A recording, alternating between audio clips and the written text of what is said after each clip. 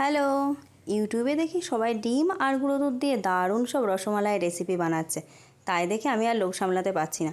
উপকরণ তো সব কিছু গুছিয়ে নিয়ে বসে গেছি। এখন দেখা যাক আমিও পারফেক্ট রসমালাই বানাতে পারি কি না। অ্যাকচুয়ালি নিজের উপরে খুব একটা ভরসা নেই, সব কিছুতেই তো কিছু না কিছু ত্রুটি করে ফেলি।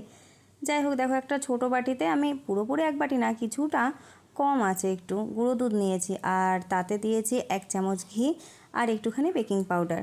আর যথারীতি আমিও একটা ডিম ফাটিয়ে নিয়েছি। এ পর্যন্ত সব কিছু ঠিক আছে, এবার দেখা যাক বাকিটা কি করি। বাবা মা এসেছে আর তার সাথে ভাইও এসেছে, একটা দরকার ছিল সেজন্যই এসেছে। তো আমি ভাবলাম দেখি একটুখানি রসমালাই বানিয়ে খাইয়ে একটুখানি প্রশংসা কুড়োই, কিন্তু সে ভাগ্য কি আর আমার আছে। দেখা যাক শেষ পর্যন্ত কি হয়। দেখো ডিমটা ভালো করে ফেটিয়ে নিয়ে আমি কিছুটা ঢেলে দিয়েছি। এবার সব কিছু একসঙ্গে মিশিয়ে একটুখানি ময়ান দেওয়ার চেষ্টা করছি। এ পর্যন্ত সব কিছুই ঠিকঠাক করছিলাম, গন্ডগোলটা তো করেছি এবার। বাকি যে ডিমের অংশটুকু ছিল সেগুলোও ঢেলে দিয়েছি।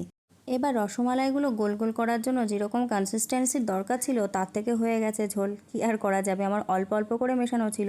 মাতব্বরি করে দেখো কীরকম ঝোল করে ফেলেছি। এবার অনেকটা গুঁড়ো দুধ দিয়েছি, তাতেও হচ্ছে না দেখে খানিকটা ময়দা মিশিয়ে দিয়েছি, দিয়ে ওরকম লাড্ডু বানিয়ে নিয়েছি। এখন অতটা দুধ তো আমি নষ্ট করতে পারি না, দেখা যাক রসমালাই না হোক অন্য কিছু তো একটা তৈরি হবে। তো সেই জন্যই সেই আশা নিয়ে এদিকে দুধ জাল করতে বসিয়ে দিলাম, আর তার মধ্যে 3-4টে এলাচ ফাটিয়ে দিলাম। এবার দেখো যে লাড্ডুগুলো আমি বানিয়ে নিয়েছিলাম সেগুলো ফুটন্ত দুধের মধ্যে দিয়ে দিলাম। দেখো এই লাড্ডুগুলোকে দেখে কি মনে হচ্ছে তোমাদের যে রসমালাই? ভাই বললো যে এত বড় বড় রসমালাই হয় নাকি।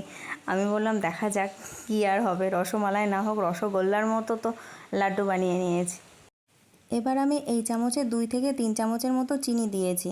মানে আমি তো খুব একটা মিষ্টি খেতে পছন্দ করি না, তো আমি আমার স্বাদ অনুযায়ী দিয়েছি। তোমরা যদি এই ভিডিওটা দেখে এই মিষ্টিটা বানাতে চাও তাহলে তোমাদের স্বাদ অনুযায়ী চিনিটা দিয়ে নিও। মিষ্টিটা বানানোর আগে একটা ওয়ার্নিং দিয়ে রাখছি, তোমরা যেন মাতব্বরি করে আমার মতো ময়দা মেশাতে যেও না। ময়দাটা দেওয়ার কারণে কিন্তু মিষ্টিগুলো শক্ত হয়ে গেছিলো। সে মিষ্টি যা ইচ্ছা হোক, তোমরা কিন্তু ভালোবাসা দিতে ভুলে যেও না। টাটা।